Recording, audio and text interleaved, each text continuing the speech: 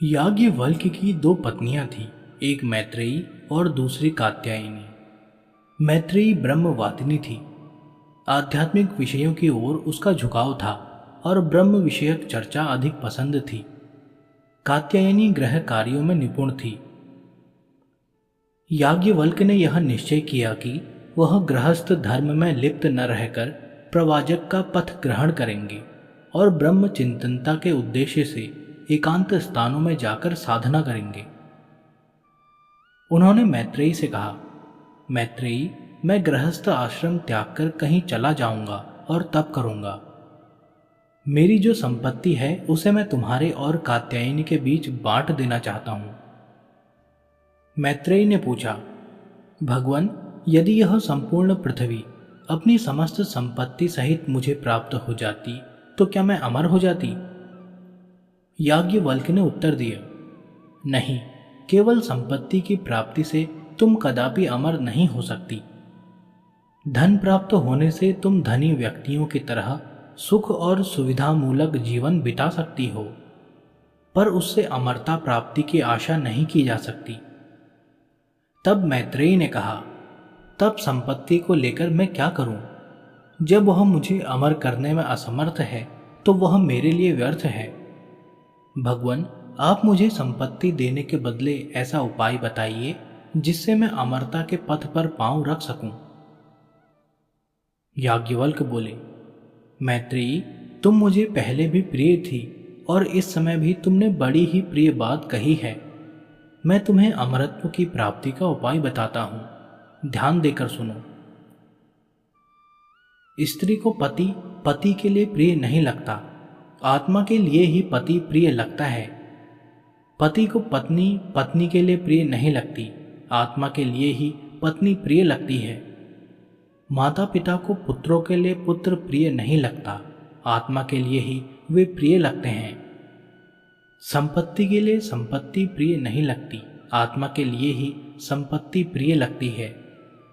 पशुओं के लिए पशु प्यारे नहीं लगते, बल्कि आत्मा के लिए पशु प्यारे लगते हैं।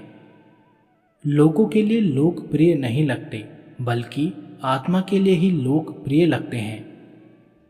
देवताओं के लिए देवता प्रिय नहीं लगते, बल्कि आत्मा के लिए देवता प्रिय लगते हैं। वेदों के लिए वेद प्रिय नहीं लगते, बल्कि आत्मा के लिए ही वेद प्रिय लगते हैं। प्राणियों के लिए प्राणी प्रिय नहीं लगते, बल्कि आत्मा के लिए ही प्राणी प्रिय लगते हैं। सबके लिए सब प्रिय नहीं लगते, बल्कि आत्मा के लिए ही सब प्रिय लगते हैं। इसलिए हे मैत्रेयी, आत्मा ही ऐसी है जो देखने योग्य है, सुनने योग्य और समझने योग्य है। इसे जान लेने पर विश्व में सब कुछ समझ में आ जाता है। ब्राह्मण को चाहिए कि उस व्यक्ति का बहिष्कार करे जो ब्राह्मण जाति को अपनी आत्मा से कुछ भी भिन्न मानता है। क्षत्रिय को चाहिए उस व्यक्ति का बहिष्कार करे जो क्षत्रिय जाति को अपनी आत्मा से कुछ भी भिन्न समझता है। संसार को चाहिए कि उस व्यक्ति का बहिष्कार करे जो संसार को अपनी आत्मा से कुछ भी भिन्न समझता है। देवताओं को चाहिए कि वे उस व्यक्ति का बहिष्कार करें जो उन्हें अपनी आत्मा से कुछ भी भिन्न समझता है। समस्त विश्व को चाहिए कि उस व्यक्ति का बहिष्कार कर दे जो विश्व को अपनी आत्मा से भिन्न समझता है। आत्मा ही ब्राह्मण है, वही क्षत्रिय है, वही संसार है, वही देवता है और वही विश्व है। जिस प्रकार ढोल अथवा शंख अथवा वीणा की आकृति और प्रकृति से अपरिचित कोई व्यक्ति जब दूर से ढोल या शंख या वीणा का शब्द सुनता है तो पहचान नहीं पाता कि यह शब्द किस वस्तु के आघात से उत्पन्न हो रहा है, पर जब वह ढोल या शंख या वीणा को देख लेता है तो समझ जाता है कि वह किस वस्तु से और कैसे उत्पन्न हुआ।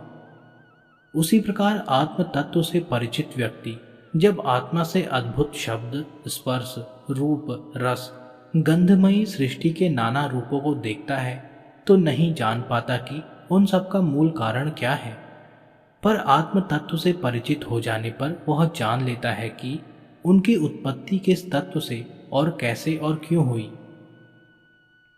जिस प्रकार गीली लकड़ी के जलने पर उससे तरह तरह का धुआं और तरह तरह की चिंगारियां निकलती रहती हैं। उसी प्रकार इस आत्मा रूपी महान प्राणी महत भूत की सांस से ऋग्वेद, यजुर्वेद, सामवेद, अथर्ववेद, आंगिरस, इतिहास, पुराण, विद्या, उपनिषद, श्लोक, सूत्र, भाष्य आदि निकलते रहते हैं।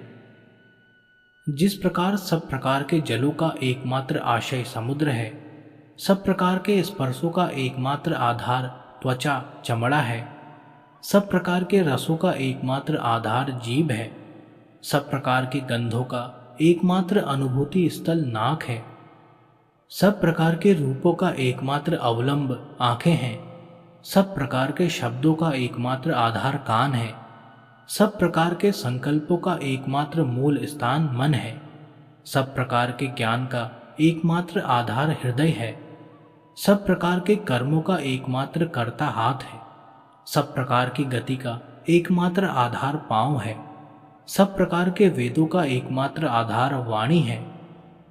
उसी प्रकार वह मूल पुरुष आत्मा इन सबों का एकमात्र आधार है। जिस प्रकार नमक का एक टुकड़ा पानी में पड़ने पर पानी में घुल जाता है और कोई भी केवल आंखों से देखकर यह नहीं बता सकता कि उस जल में नमक मिला हुआ है, और चखने पर भी कोई यह नहीं बता सकता कि वह नमक का टुकड़ा जल के किस विशेष भाग में मिला है, क्योंकि उस नमक मिले पानी का कोई भी अंश पिया जाए वह नमकीन ही लगेगा और नमक के टुकड़े का कहीं कोई पता नहीं लगेगा। उसी प्रकार इस महान आत्मा को भी समझो। जल और नमक की तरह वह समस्त विश्व के अणु परमाणु में मिला हुआ है और समस्त विश्व का अणु परमाणु उससे मिला हुआ है। वह अनंत है, न उसका कोई अंतर है न बाह्य, वह स्वतंत्र सत्ता है, वह विशुद्ध ज्ञान की अनुभूतिमय आत्मा है। जीव पंच तत्वों से उद्भूत होता है और उन तत्वों के नष्ट होने पर स्वयं भी नष्ट हो जाता है। मृत्यु के बाद उसकी संज्ञा चेतना जाती रहती है। हे मैत्रेयी, ऐसा मेरा मत है। मैत्रेयी ने कहा, भगवान, आपने यह कहकर कि मृत्यु के बाद संज्ञा जानी रहती है, आत्मा के संबंध में आपने मुझे भ्रम में डाल दिया है। मैं ठीक से कुछ समझी नहीं, कृपया फिर समझाइए। याज्ञवल्क्य बोले, मैंने भ्रम में डालने की कोई बात तुमसे नहीं कही है, पहले मेरी बात पूरी तरह से सुन लो। मैंने मृत्यु के बाद केवल उस संज्ञा के नष्ट होने की बात कही है जो पंचभूतों के मेल से उत्पन्न होती है, पर जीव की आत्मा मरने पर भी नष्ट नहीं होती। वह अविनाशी, अजर, अमर और अद्वैत है। यह सर्वत्र, सब देशों में, सब काल में, सब वस्तुओं में एक रूप में विराजमान रहती है। जहाँ द्वैत भाव रहता है वहाँ व्यक्ति भिन्न भिन्न वस्तुएं देखता है, भिन्न भिन्न प्रकार की गंधों का आभास पाता है, भिन्न भिन्न रसों का स्वाद ग्रहण करता है, भिन्न भिन्न शब्दों को सुनता है, भिन्न भिन्न विषयों को सोचता रहता है। पर जिस व्यक्ति के लिए सब कुछ आत्मा के रूप में व्यक्त हो उठता है, वह किस प्रकार भिन्न भिन्न वस्तुएं देख सकता है, भिन्न भिन्न गंधों का अनुभव कर सकता है, भिन्न भिन्न रसों को ग्रहण कर सकता है, भिन्न भिन्न शब्दों को सुन सकता है और भिन्न भिन्न विषयों को सोच सकता है। वह तो सब रूपों में, सब रसों में, सब गंधों में आत्मा के एकत्व का अनुभव करता है। वह कैसे यह कह सकता है कि मैं उस आत्मा को जान गया हूं? जो एकमात्र जानने वाला है उसे कोई कैसे जान सकता है? यह आत्मा न यह है न वह। यह आहस्त्य है, कोई इसे पकड़ नहीं सकता।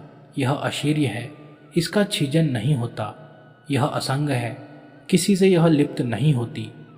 न यह पीड़ित होती है, न इसका नाश होता है।